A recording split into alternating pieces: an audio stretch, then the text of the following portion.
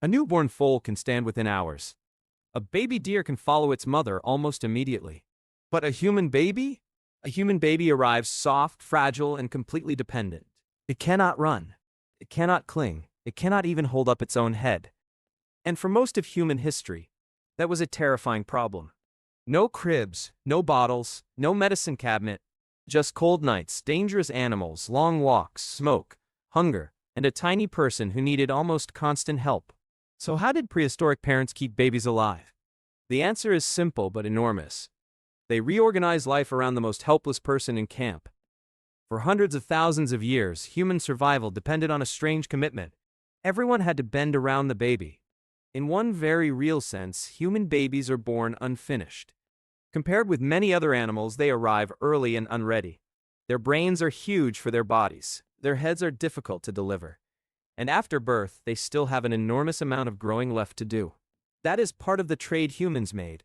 We became upright walkers with big brains, and the price was a baby that needed years of support instead of hours.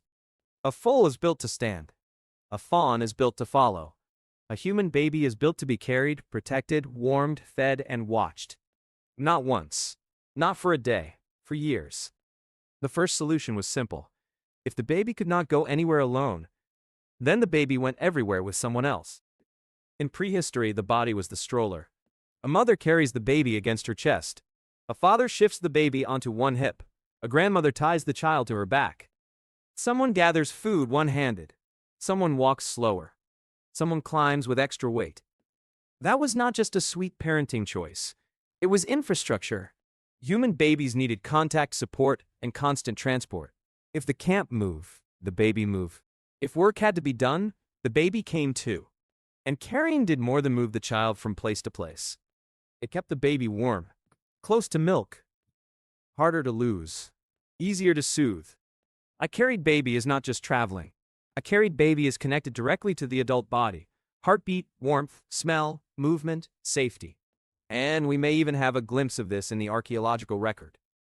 At White Sands in New Mexico, there is a famous trail of ancient footprints. Many researchers interpret it as an adult hurrying across wet ground while carrying a child. The tracks sink deep. The stride changes. At one point, the carrier seems to shift the child from one side to the other, then keep going. If that reading is correct, it is an incredible moment. Not a king. Not a battle. Not a monument. Just one tired adult, one child, and a long, difficult walk. It is one of the most human scenes imaginable. Then there was warmth. A prehistoric baby was very small, poor at regulating temperature, and living in a world that could turn cold fast, especially at night. So warmth was not comfort. Warmth was survival. Hides mattered, fire mattered, shelter mattered, but maybe most of all, bodies mattered. A baby tucked into fur near an adult chest is not just being cuddled. That baby is borrowing someone else's heat. At night, the safest place for an infant may have been in the middle of a human cluster. Breathing bodies, shared warmth, light sleep, and fire nearby. Adults blocked wind with their own bodies. They warmed tiny feet by the fire. They wrapped babies under hides while traveling. They turned themselves into walls, blankets, and shelters. Care was not abstract. Care was hands, skin, breath, posture, and closeness. To keep a baby alive, you often had to stay close enough to notice when that baby was getting cold. Then came milk, one of the great survival tools in human history. Breast milk was food, water, and immune support, delivered warm and on demand. For a newborn, that is an astonishing advantage. The baby does not need a pot. It does not need a clean stream. It does not need its own stable food supply yet. For a while, the adult body buffers the child from the outside world. But that also means one person carries an enormous burden. Feeding a baby costs time, calories, sleep, energy. A mother may nurse at dawn, work through the day, feed again at dusk, and wake again at night. The baby survives because someone is paying for that survival with their own body. And in lean seasons, the pressure gets worse. If food is scarce, the baby still needs feeding.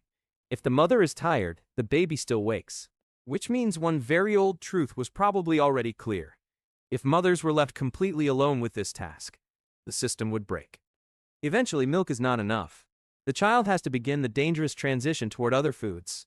Soft roots, mashed berries, chewed or pounded food. tiny experiments with texture and taste. It sounds gentle, but weaning opened the door to new risk. Contamination, poor nutrition, bad timing, and seasonal shortage. Milk is protected. The outside world is not. A child learning to eat is becoming more independent, but also more exposed. That is why the move from nursing to shared food was not just a milestone, it was a hazard zone. If the food was not safe enough, soft enough, frequent enough, or plentiful enough, a small child could lose strength very quickly. And that brings us to the biggest answer of all. Prehistoric parents probably did not keep babies alive as an isolated little two-person unit. They did it with help. The father holds the baby awkwardly, but tries anyway. The grandmother takes over like she has done it 100 times. An older sibling distracts the child.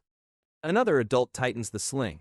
Someone takes the baby so the mother can finally eat with both hands. This is not background kindness. This is the system working. Human beings became extremely good at shared childcare. Anthropologists often call this alloparenting or cooperative care.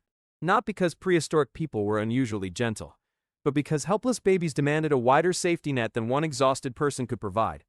The child belonged most intimately to the parents, but in practical terms, the child also belonged to the camp.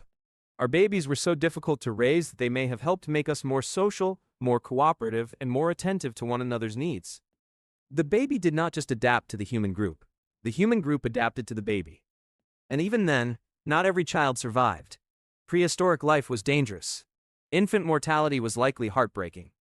Behind every warm scene of carrying and feeding is the knowledge that all this effort existed because the stakes were so high. That is part of what gives ancient parenting its emotional weight. Care mattered because loss was real.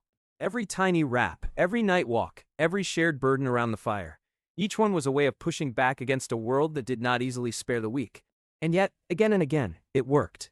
The helpless newborn became the steady toddler. The child who could not hold up its own head became the one riding high on someone's shoulders. The baby who once needed the whole camp simply to survive became part of the next generation helping someone smaller. That may be the quiet genius of our species. Humans did not survive because our babies were easy. Humans survived because our babies were hard, and we built a world around that fact. We carried them, warmed them, fed them, handed them to one another, lost sleep for them. We organized the fire, the food, and the group around them. The weakest person in camp became the center of camp life. And maybe that is one of the oldest human stories there is. Not conquest, not invention, just a circle of tired people in the firelight, making sure the smallest one makes it to morning.